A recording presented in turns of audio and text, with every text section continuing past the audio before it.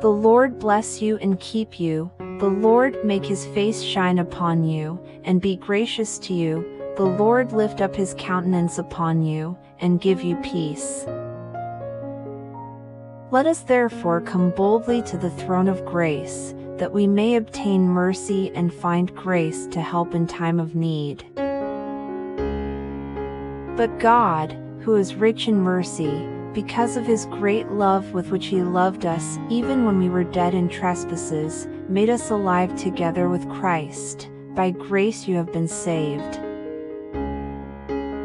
The Lord is merciful and gracious, slow to anger, and abounding in mercy.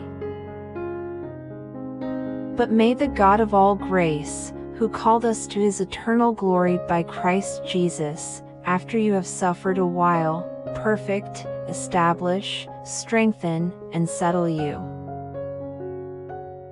For the grace of God that brings salvation has appeared to all men, teaching us that, denying ungodliness and worldly lusts, we should live soberly, righteously, and godly in the present age.